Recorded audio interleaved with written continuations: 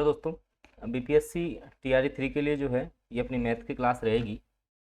पहला जो आपका क्वेश्चन है कि 7 सेंटीमीटर त्रिज्या का एक वृत्त है, एक वृत्ताकार तार जिसको मोड़ करके जो है एक आयत का रूप दिया जाता है, जिसकी भुजाएं जो हैं 4:7 में है।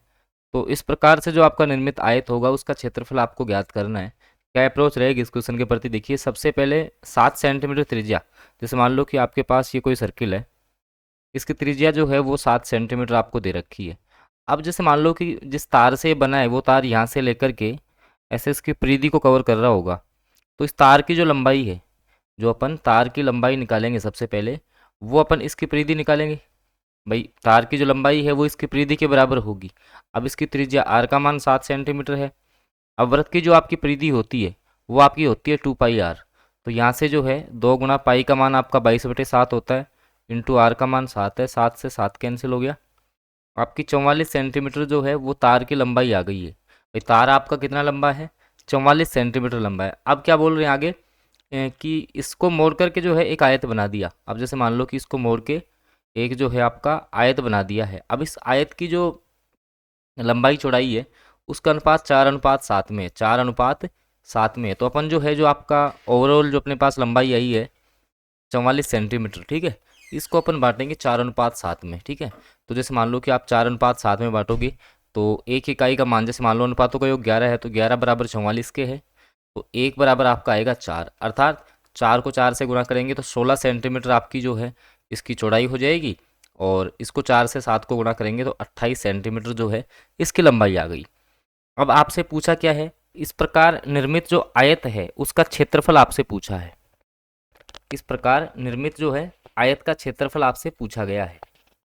तो देखिए कि सॉरी, यहाँ से जो है आपका ये 44 सेंटीमीटर की परिधि आई थी, तो ये इसकी हाफ होगी, 14 सेंटीमीटर ये होगी, 14 सेंटीमीटर ये होगी, 8 सेंटीमीटर ये होगी और 8 ये होगी, ठीक है। क्योंकि अपन ने जो है ऑल ओवर आपको निकाल दी है, ठीक है। तो ये आपकी, क्योंकि आपकी आयत की जो आपका जैसे परिमाप होता है वो 2 गुणा लंबाई प्लस चौड़ाई होता है, ठीक है। इससे अपन को निकालना पड़ेगा ना। तो यहाँ से जैसे मान लो कि आपकी लंबाई 14 आ गई, चौड़ाई 8 आ गई, 14 को 8 से आप गुणा कर दो तो आपका कितना आ गया? 112 आएगा, ठीक है। सी ऑप्शन आएगा। भाई, 44 जैसे आई है ना, तो ये 44 इस आयत के चारों तरफ की है, 44 इस आयत के चारों तरफ की है, तो 14 14 ये हो गई, 8 8 ये हो गई, ठीक है। ऐसे आपको हल करना है इसको। चले आगे, समझ में आ गया? अगला क्वेश्चन देखो। एक वृत्त की परिधि एक वर्ग की परिधि के बराबर है तो उसके क्षेत्रफलों का अनुपात होगा। भाई, वृत्त की परिधि क्या होती है सर? 2 पाई आर होती है वृत्त की परिधि।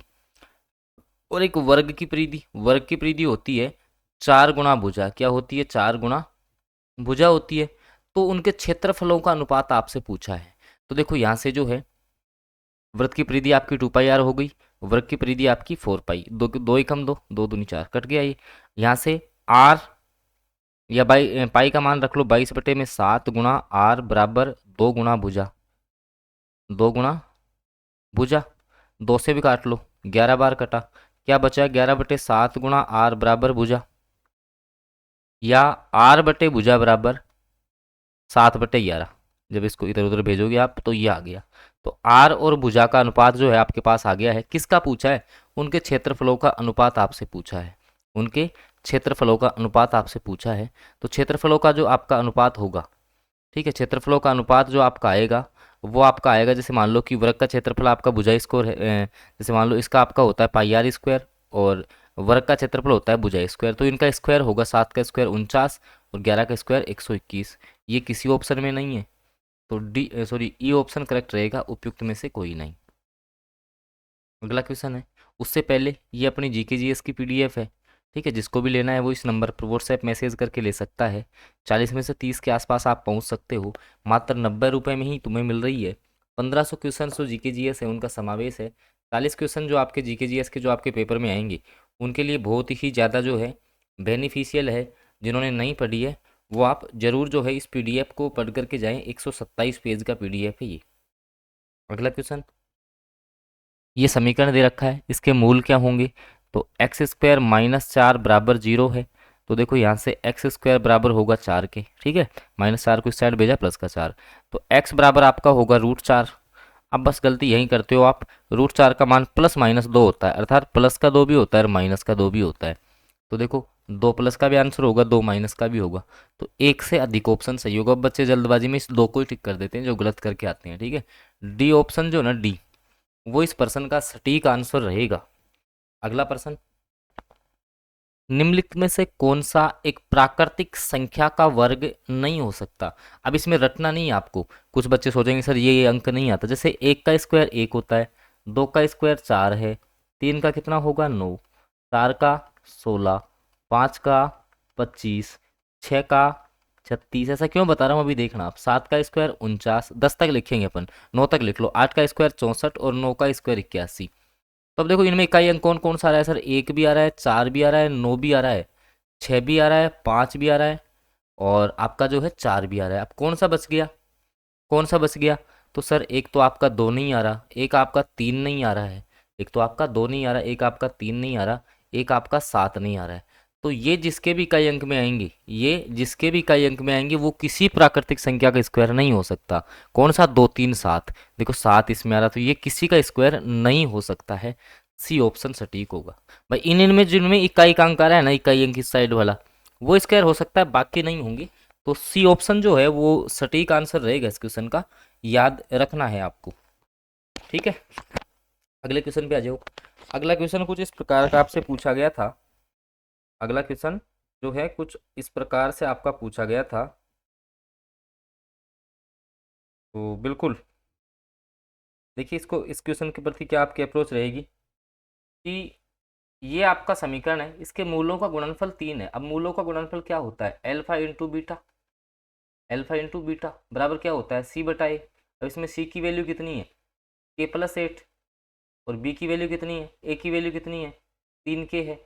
तो देखिए अल्फा इंटू बीटा का मान कितना दे रखा है, 3 दे रखा है, तो सी बटा ए किसके बराबर, 3 के बराबर। सी की वैल्यू कितनी है, k+8 है, बटे ए की वैल्यू 3k बराबर आपका जो है क्या होगा, यहाँ से 3 हो जाएगा, k+8 बराबर जो है 9k आपका होगा, ठीक है। तो 8 के बराबर 8 होगा, के बराबर आपका आ जाएगा 1, ठीक है। अब आपको पता होना चाहिए कि ये अल्फा इंटू बीटा जो है ना, मूलों का गुणनफल, वो आपका सी बटा ए होता है, ठीक है। तो ये बातें जो है ना वो आपको याद रखनी पड़ेंगी,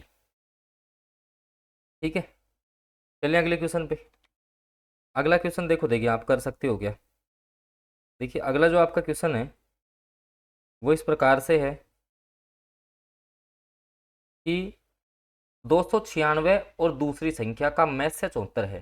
तो एक संख्या, पहली संख्या कौन सी है, 296 है, मैथ से आपको कितना दिया है, 74 दिया है, उनका लैसे भी दे रखा है, लैसे 2072 है। पूछा क्या है, दूसरी संख्या। क्या अप्रोच होगी आपकी इसके प्रति, दूसरी संख्या कैसे अपन निकालेंगे, बताओ। देखिए दूसरी संख्या जो है कैसे आप निकालोगे, तो आपने जो है जब लैसे में से पढ़ा होगा, ठीक है, जब लैसे में से आपने पढ़ा होगा तो आपने ये देखा है कि पहली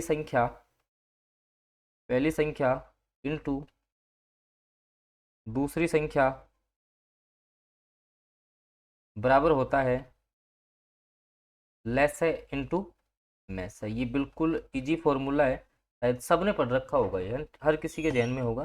पहली संख्या इंटू दूसरी संख्या बराबर होता है आपका लैसे इंटू मैसे।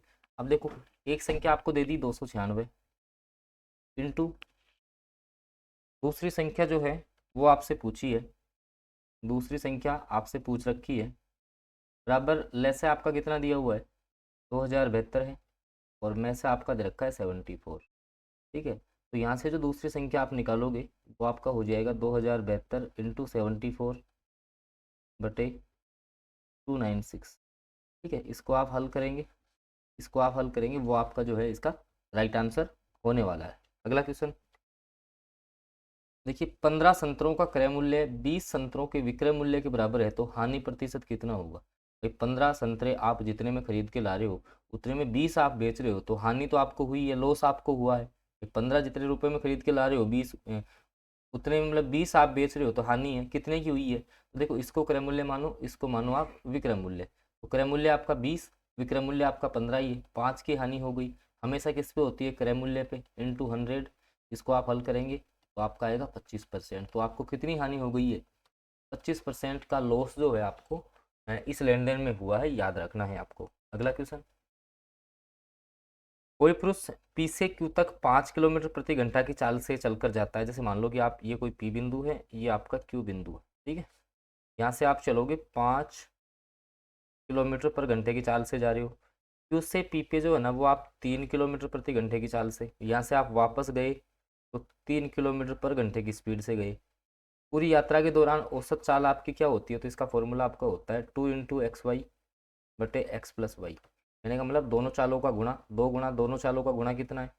5 गुणा में 3, और चालों का योग कितना हो जाएगा? 5 और 3 8, ठीक है। 5 प्लस 3 इसको कर लो, इसको आप ऊपर से गुणा करोगे तो आपका आने वाला है 30। 30 में आपको भाग देना है 8 का, ठीक है। कितना आ जाएगा आपका? आपका जो है 3.25 आपका आने वाला है। बी ऑप्शन जो है वो आपका सटीक रहेगा। अगला क्वेश्चन, 8 के प्रथम 20 गुणकों का औसत ज्ञात कीजिए। भाई 8 के प्रथम 20 गुणक, देखना पूरा तरीके से इस क्वेश्चन को हल करो। 8 के बहुत कुछ सिखा दूंगा इस क्वेश्चन में। 8 के प्रथम, जैसे मान लो 20 गुणक है तो 8 होगा, 16 है, 24 है, ठीक है।